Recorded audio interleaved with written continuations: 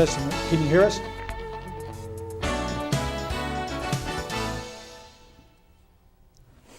Good evening. Welcome to Griswold Community Talkback. I'm Ed Berdick, your host for tonight's program. Before I get into the legal announcements, I just want to let my viewers know we're going to focus on the proposed new Griswold Senior Center, and I got three people here tonight. Ed Stragic is Vice President of the Senior Center, Griswold Senior Center, and a member of the Building Committee. Todd Babbitt, Chairman of Griswold Senior Center Building Committee, and Tina Falk, the Senior Center Director, as well as a municipal agent for the town of Griswold. Unfortunately, last week we've had Janice Cody from Voluntown 71 passed away. Condolences to her family and acquaintances. Agnes Barnes from Lisbon 83 on November 14th passed away. Condolences to her family and friends. And last week I mentioned that Stuart Rude Norman had passed away, but I was incorrect about his age, so I apologize. He was 88 instead of 80.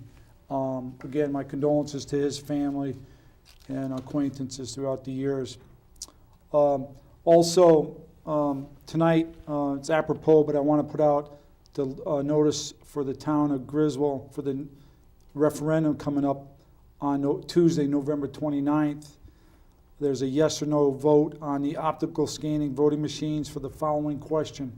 Shall the town of Griswold appropriate $114,500 from the general fund unassigned fund balance for required matching fund for a grant for development of a new senior center? The polls will be open from 6 a.m. to 8 p.m. The first district is the Griswold Town Hall in the borough, 28 Main Street, and the second district is in Patchogue area, Griswold, at the Patchogue Old Town Hall at 879 Voluntown Road. Absentee ballots are available in person only at the town clerk, so if you can't make the 29th, you can vote absentee. Okay, with that, let me put out another legal notice here. On November 14th, the Planning and Zoning Commission approved a ruling for BF Holdings LLC, 264 to 268 Edmond Road, Griswold, Connecticut.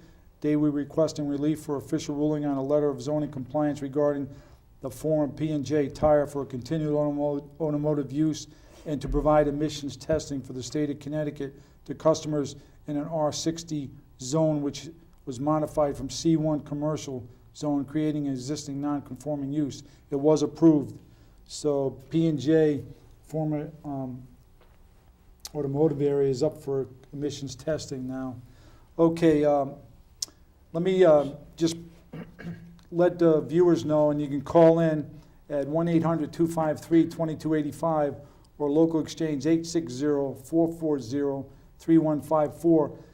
Tonight, you know, you can call in on anything that's of concern, but tonight would be an appropriate time if you had questions about the referendum coming up or the special town meeting we had last week concerning three items, and the third item was what we're talking about tonight, is shall the town or the taxpayers of Griswold appropriate $114,500, what I call seed money, to get proposed new senior center on Taylor Hill Road, projected to cost anywhere from $3 to $5 million, but I'll defer to my guest tonight to elaborate. It's still in the preliminary stages, but I have Tina Falk. So Tina, why don't I introduce you first, and you describe who you are and why you're here tonight to the viewers. Okay. I'm Tina Falk, and I am the director of the Griswold Senior Center. I've been with the Senior Center going on 12 years now, and I'm also the municipal agent for the elderly, and all of these social services for the town, for the community, come in through the Senior Center. And I'm here with Todd and Ed tonight to talk about the importance of moving forward. This has been a project that we've been working on for a very, very long time. And it seems now we're closer. When did you start planning for this, Tina? It was in 2012, Todd, that we received a bond from the state of Connecticut. And I'll let you, Todd, give you a little bit of background on that. Why does the town need this new facility, from your point of view? Well, we have a membership right now. It fluctuates between 350 and 400 paid members a year. And what we're seeing is an increase in the number of people coming into the senior center every day. And we have a spiral-bound notebook when you come into the center, and people sign in. And consistently, through quite a few years now, at the end of the year, we have 13 plus signatures in that book every year. The programs are increasing. The need for the programs and the requests for programming have increased. And it's such a diverse type of programming where you could have an art class going on while there's an aerobics class going on. We now have a Tuesday morning meditation where we are having to schedule that up at the old Patchogue Town Hall because we do not have a quiet space within the senior center. So if I may just focus in on what is deficient about the existing facility, Okay. so you can, that's justifying this proposal in front of the taxpayers. I mean, what is deficient about the existing senior center? So could you spend a few moments in describing where the existing senior center is for people that don't use the facility? Well, the current building, we're located on Sewell Street, 22 Sewell Street, and it's 4,000 square feet or a little bit less. Yep, a little bit less. And basically, if you haven't been to the senior center, when you walk in, it's simply 4 walls, okay? And within those 4 walls, we do have some sliding partitions, but they don't completely close. They never have. So there are little nooks where you can go. The main room when you walk in is, that's where we have our lunch program. We are a TVCCA Meals on Wheels site. And the offices are right there. There are no private spaces for office meetings, or if you have a social service issue, somebody comes in off the street with a privacy issue. There really are no appropriate spaces to hold these meetings. What days and what hours is the facility open now, the existing one? We're a Monday through Friday, typically. We open at 8, we close at 3:15. And the new facility, if that were to come into fruition on Taylor Hill Road, what do you project the hours and the days to be the same? Or? To be honest with you, we hadn't really thought of it. I know currently right now we have some support groups that take place, and those support groups have to be after hours. And when I say after hours, it's 3:30 to 4:30 that the senior center has to remain open. And again, it's because people coming in who are caretakers, and it's an emotional dynamic with the group, and they don't want people coming in delivering meals or music going on. So out of, to respect them, we stay open later. I really don't know what will happen with hours. Okay. I think it's going to depend as we go. Now, give Todd Babbitt, I want to give him a chance to. Todd, we had a special meeting last week. You were there, and we voted to put this on for referendum. Yep. What if the voters say yes to this 114,500? What does that do in regard to the project? I mean, the senior building, the new senior facility. That will match the funds that the State Bond Commission approved back in 2012. When Andrew Maynard achieved that funding back then, we got notification of that. We actually applied for the money, and not that long ago found out that it was a 1/3 match. He never forecast that forward to us. So that's where we're at with the 1/3 match in the referendum. If we are able to achieve the 1/3 match through the referendum, then that will give us enough money to complete the plans for the pre-development. With plans, that's considered a shovel-ready project. We can move forward seeking other grant funding. Most of the other grant fundings without plans and a shovel-ready project, you're not eligible to apply. Okay, so given the information that you just said, just for clarification for my viewers, you mentioned a 1/3, so if it doesn't pass, we don't get that 114,500, what's the potential or the actual loss to the town for this project if we don't match that money? The total amount is $343,000. Okay, so, That includes the match. yeah, okay, so, you know, you take 114,500 and that's what we're losing. Okay, so a little over $200,000 is gonna go poof. Right, and with the budget times the way they are, I don't think we'd see it again in the future at the state level. Okay, now, I mentioned earlier when we were on that it's gonna be up by Taylor Hill Road. Could you elaborate on that, because you're more familiar where the footprint's gonna be in relation to other landmarks of the area up there? The elderly housing complex that's almost directly across from the VFW on Taylor Hill. When you go into the elderly housing complex, Mhm.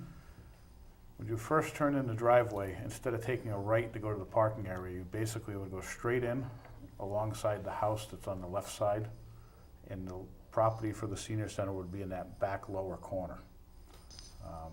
Along with, to the right, would be the proposed new housing building that the Housing Authority is proposing. Okay, so let's say it goes there, and what's gonna, if you're a resident of that facility, or you're a taxpayer or a senior center, and you visit the new facility up there, how would it appear to you, like when you come out of the parking lot, as opposed to the existing facility? Will you have a better view? What will it look out to? I mean, if you're in the parking lot of that new facility? Well, I think the first thing is you're gonna have more parking than we currently have now. It's pretty tight there with the town hall and the lower parking lot. There'll be more spaces, so that'll be a plus for anybody visiting.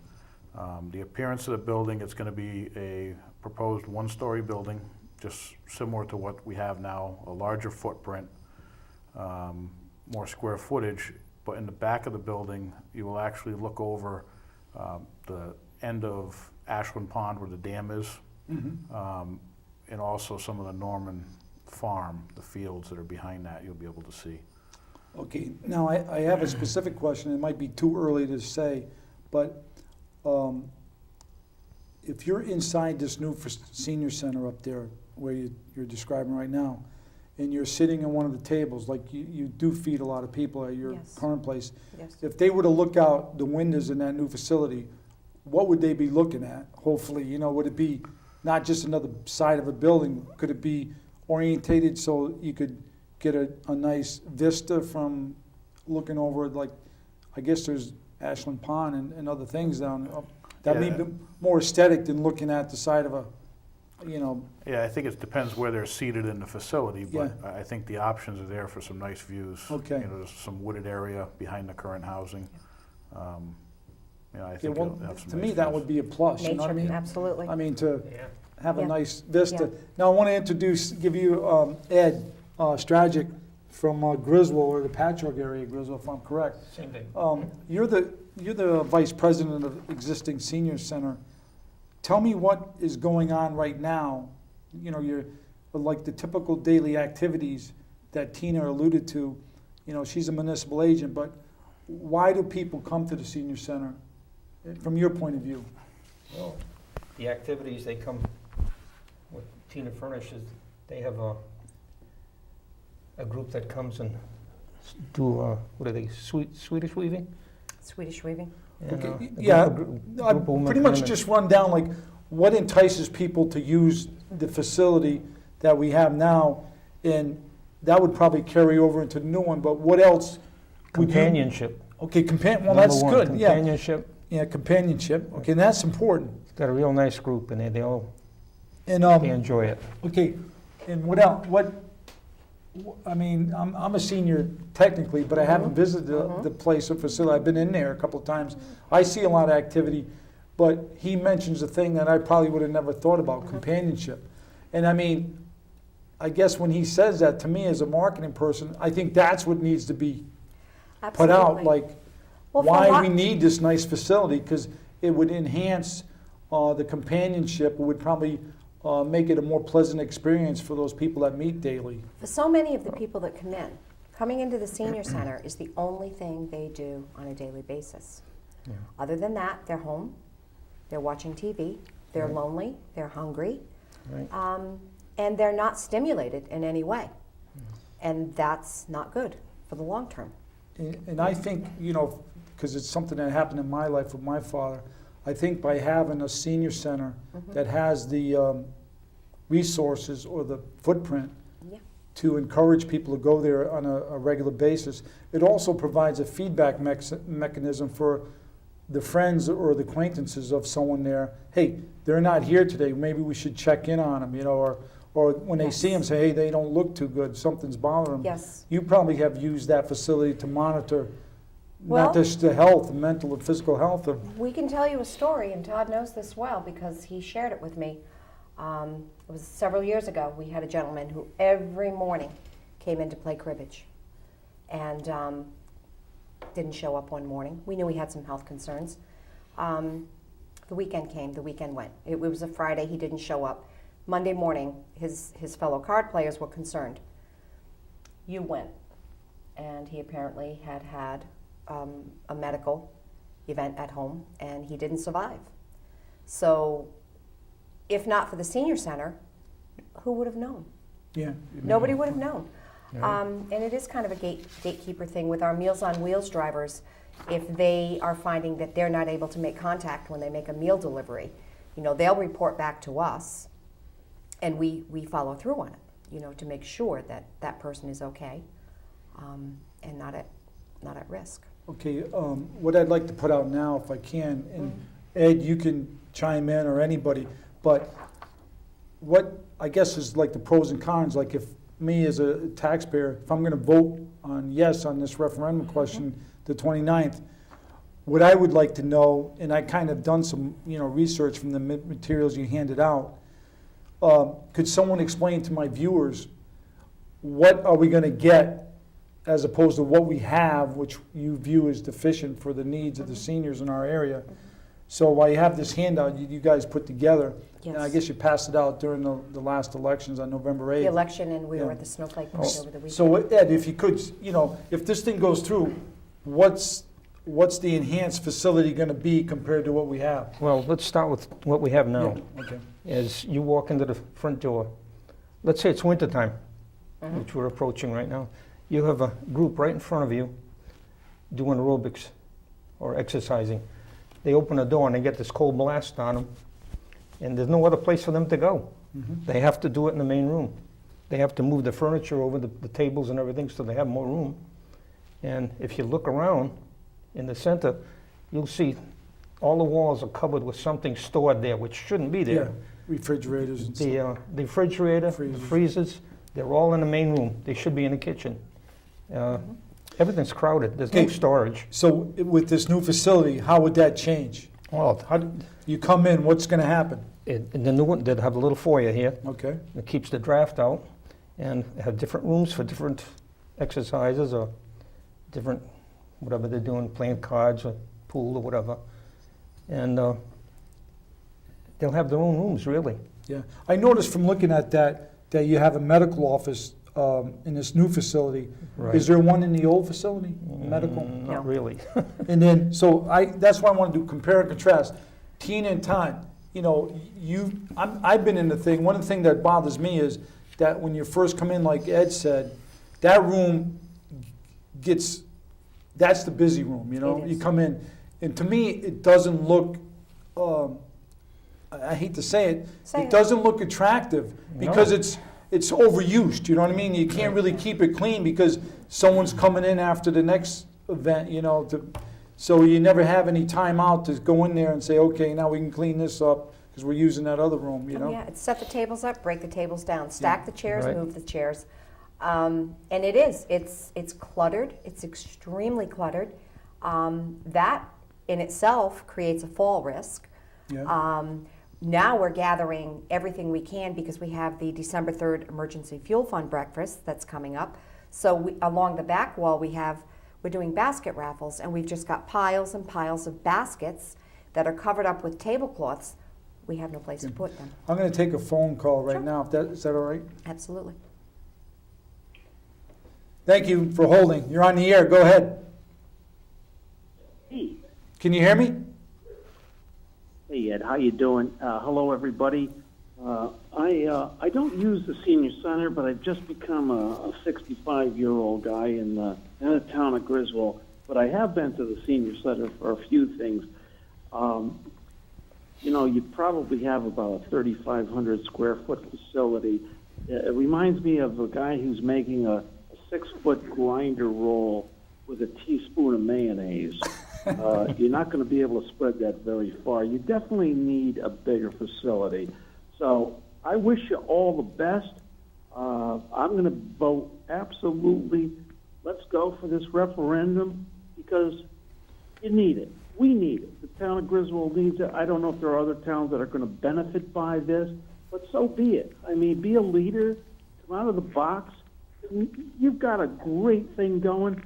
Let's build on it. Let's build on it for the future of Griswold and for all the things that it offers the people who need it the most. This is exciting times. I wish you the best to all of you there, and I can't wait to vote for it. Take care. Thank you, Dad. No, I'm just kidding. My kind of guy. No, but he did raise a good comment. Yes. And I haven't focused on it tonight, but I'd like to bring it out now, and anyone can answer this. And it's been a pet peeve of mine over the last 5 or 6 years.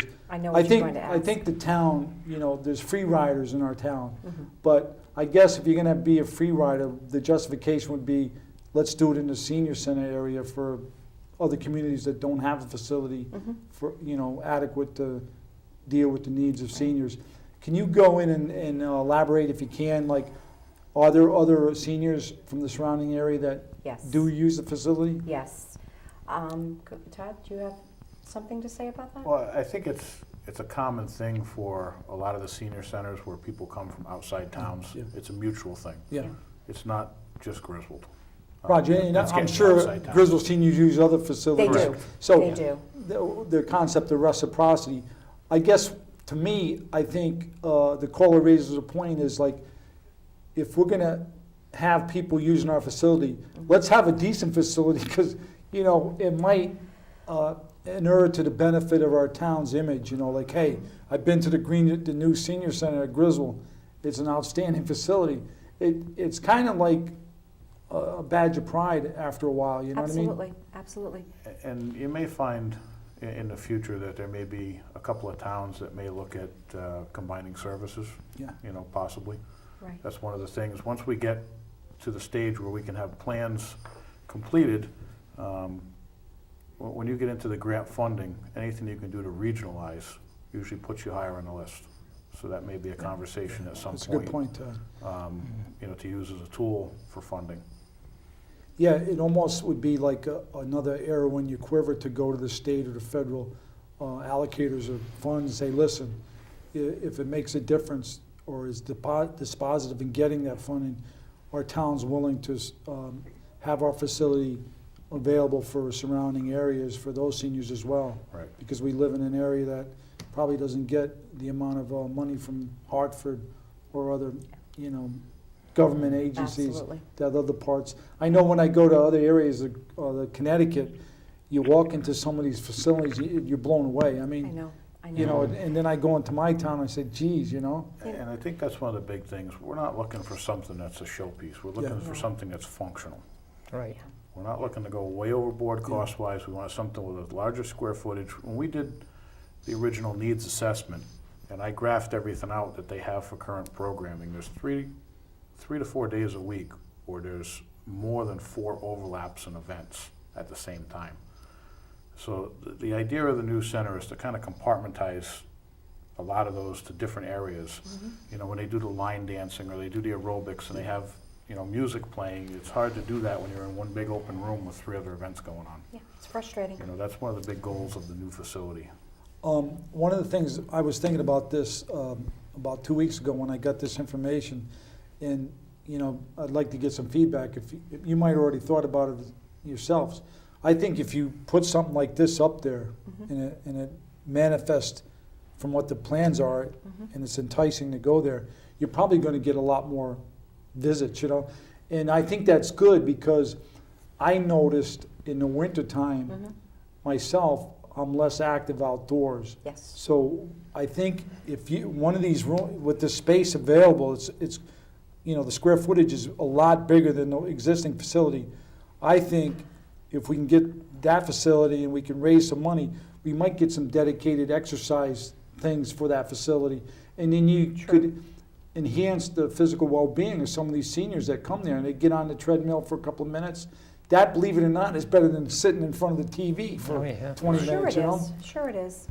And the other thing too, I know that we'll see an increase in the number of people who come to the center, and I think that studies have shown, you know, when we start looking at other centers that have increased their size or new centers that have gone up, their membership it just skyrocketed.